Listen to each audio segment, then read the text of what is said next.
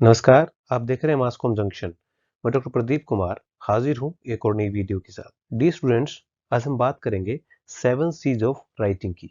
जी हाँ, लेखन के लिए वो कौन से सिद्धांत हैं, वो प्रिंसिपल्स हैं जिनको आपको फॉलो करना पड़ता है। चाहे आप आर्टिकल लिखना चाह रहे हैं, आप फीचर लिखना चाह रहे हैं, आप न्यूज राइटिंग करना चाह रहे हैं, आप सिनेमा के लिए लिखना चाह रहे हैं, advertising, public relations, any kind of writing, media writing की अगर हम बात करें तो वहां पर कहीं ना कहीं संचार के जो 7 C है, यानी कम्युनिकेशन के जो 7 C हैं वो लागू होते हैं। यहाँ हम बात कर रहे हैं संचार की, रिटन कम्युनिकेशन की। जी हाँ, हम बात कर रहे हैं लिखित संचार की।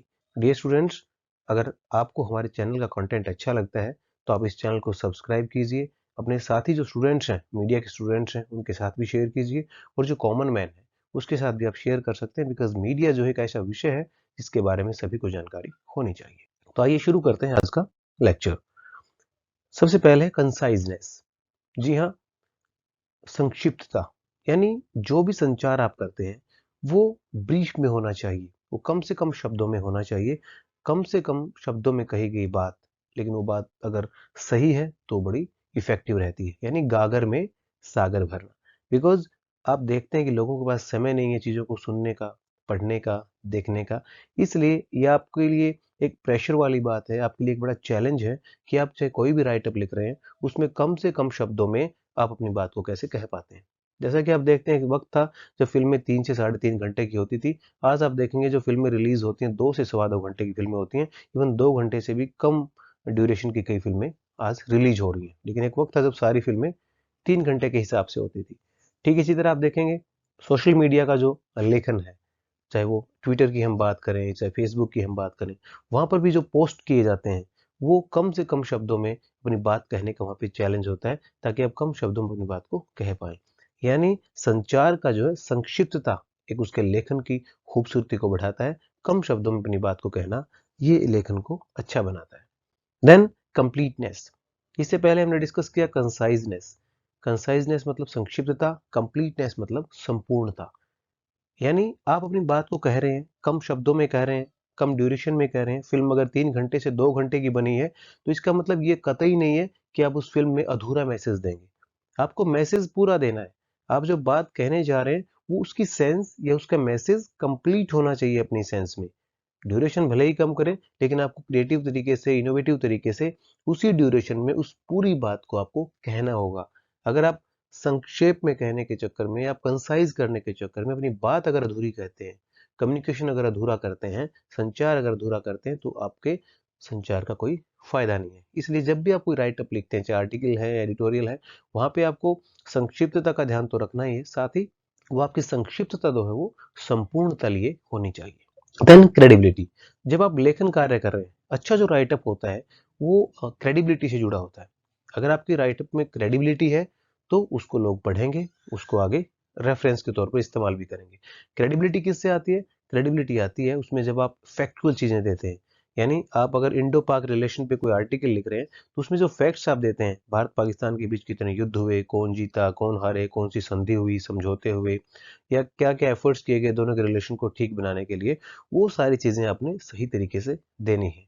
दूसरी जो बात है, जब एक जिसकी कमांड होती है अगर वही उस विषय पर राइटअप लिखे तो उससे भी क्रेडिबिलिटी आती है। जैसे सिनेमा पे अगर अमिताभ बच्चन जी आर्टिकल लिखते हैं, सिनेमा पे अगर सिनेमा का कोई दूसरा जानकार एक्टर है, डायरेक्टर है, महेश भट्ट है, राजकुमार हिरानी है, अगर वो उस पर एक आर्टिकल लिखते हैं तो उसकी उस पर कमांड होती है सिनेमा पे। इससे भी आपके राइटअप में क्रेडिबिलिटी आती है और लोग उसको पढ़ते हैं। तो अगर आप अपने लेखन में क्रेडिबिलिटी लेके आना चाहते हैं तो एक तो जब कमांड आपकी जिस राइटिंग पे होती है वो लिखें या उस एक्सपर्ट से आप लिखवाएं, साथ ही आप उसमें फैक्ट्स दें, यानी तथ्यपरक अगर आप बातें करेंगे तो उससे क्रेडिबिलिटी आएगी। बिकॉज अगर हम किसी राइटअप में गलत फैक्ट्स देखते हैं तो फ्यूचर में जब वो लेखक कुछ लिखता है तो उससे हमारी क्रेडिबिलिटी खत्म हो जाती है कि पिछले आर्टिकल में इन्होंने जानकारी गलत दी थी और हम इस आर्टिकल को नहीं पढ़ते हैं। तो क्रेडिबिलिटी बनाने के लिए आपको निरंतर अच्छा काम करना पड़ता है। Then coherence. कोहेरेंस मतलब आपका जो राइटअप है वो सुसंगत होना चाहिए। मींस आप अगर 6 पैराग्राफ लिख रहे हैं तो उनमें पहले पैराग्राफ का संबंध दूसरे से, दूसरे का तीसरे से, तीसरे का चौथे से। यानी जो पढ़ने वाला है, जो पाठक है, उसको पूरा राइटअप आपका समझ में आ जाए स्टेप बाय स्टेप। ऐसा नहीं है कि पहले पैराग्राफ में आप बात कर रहे हैं नॉर्थ पोल की, दूसरे पैराग्राफ में आप बात कर रहे हैं साउथ पोल की। आप एक लाइन में हंसा रहे हैं, देन अगली ही लाइन में आपने रुला दिया, तो ऐसा नहीं होना चाहिए, एक क्रम वाइज चीजें होनी चाहिए, क्रमानुसार चीजें होनी चाहिए। और पहला पैरा एक लाइन का अगली लाइन से, एक पैराग्राफ का अगले पैराग्राफ से संबंध होना चाहिए। और आप एक बात से दूसरी बात में जब ट्रांसफर हो रहे हैं, शिफ्ट हो रहे हैं, तो उसको शिफ्ट होने का एक आपका पर्टिकुलर तरीका होना चाहिए, वो सही लगना चाहिए, एकदम से जर्क नहीं लगना चाहिए। तो कोहेरेंस का होना बहुत जरूरी है आपके राइटअप में। देन करेक्टनेस, करेक्टनेस का हमने बताया, जो फैक्ट्स आप दे रहे हैं उसमें, या कोई बात कह रहे हैं, कोटेशन आप दे रहे हैं, कोई रेफरेंस आप दे रहे हैं, तो आप कोशिश कीजिए कि वो बिल्कुल सही होना चाहिए, बिकॉज करेक्टनेस जो है इसी से क्रेडिबिलिटी जुड़ी हुई है। तो आप कोशिश करें जब भी राइटअप लिखते हैं उसको वेरीफाई करें, जो उसमें डाटा दे रहे हैं उसको क्रॉस वेरीफाई करें, मल्टी चेक करें, उसको बार बार चाहे चेक करें, बिकॉज आपने राइटअप लिखा, उसको लाखों लोग अगले दिन पढ़ रहे होते हैं समाचार पत्र में, चाहे फीचर लिखें, आर्टिकल लिखें, एडिटोरियल लिखें, तो आपको उसको अच्छे से चेक करना है और उसमें सही तथ्य जाने चाहिए। देन कर्टसी, कर्टसी मीन्स होता है एक तरह से आप आभार जताना है आपको, जिस वर्क को आप कंसीडर कर रहे हैं लिखने में, या जिस वर्क के लिए आप लिख रहे हैं या उसको संबोधित कर रहे हैं, जैसे यूथ पे कोई आर्टिकल लिख रहे हैं, युवाओं को आप संबोधित कर रहे हैं, युवाओं के लिए क्या करियर अपॉर्चुनिटीज हैं, युवाओं का भविष्य कैसा है, तो आपको क्या है, उनके प्रति एक सम्मान का भाव रखना है। आपने यूथ को पूरी रिस्पेक्ट देनी है, रिगार्ड देना है, उनके सेंटिमेंट्स, उनकी भावनाओं का अपने ख्याल रखना है। हो सकता है आप यूथ की उस आर्टिकल में कोई कमियां बता रहे हैं, जैसे अगर रोजगार की बात करें तो आप कह रहे हैं कि रोजगार है, लेकिन रोजगार के लिए आपको स्किल डेवलप करनी पड़ेगी। लेकिन आप ये नहीं कह सकते कि सारे युवा जो हैं वो स्किललेस हैं, उनके पास कोई स्किल नहीं इसलिए उनको रोजगार नहीं मिल रहा।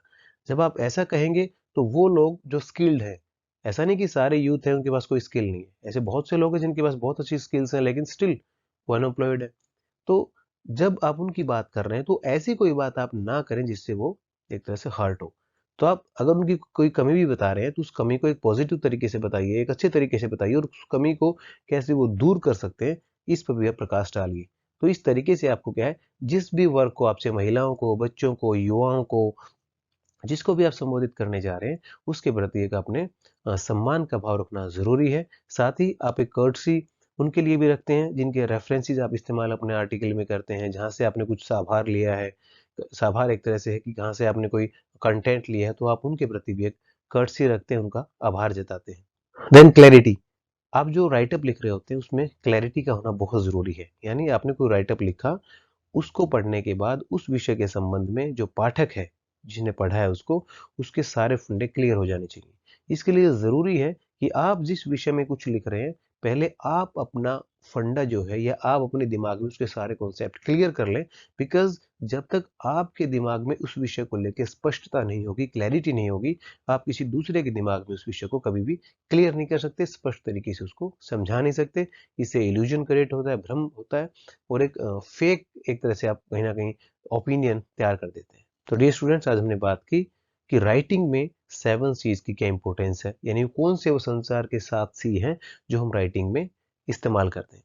यकीन मानिए, अगर आप राइटअप लिखते वक्त इन सिद्धांतों को फॉलो करते हैं, इन प्रिंसिपल्स को वैल्यू देते हैं, तो आपका राइटअप बहुत अच्छा होगा, उसको बड़ा अच्छा रिस्पॉन्स मिलेगा, फीडबैक मिलेगा, और आपका जो कम्युनिकेशन करने का पर्पज है वो भी इससे सॉल्व होगा, और आप इफेक्टिवली कम्युनिकेट कर पाएंगे। तो डियर स्टूडेंट्स, इसके साथ अब हम आपसे विदा लेते हैं, जल्द हाजिर होंगे एक और नई वीडियो के साथ। आप जुड़े रहिए हमारे साथ, तो देखते रहिए मास कॉम जंक्शन। धन्यवाद।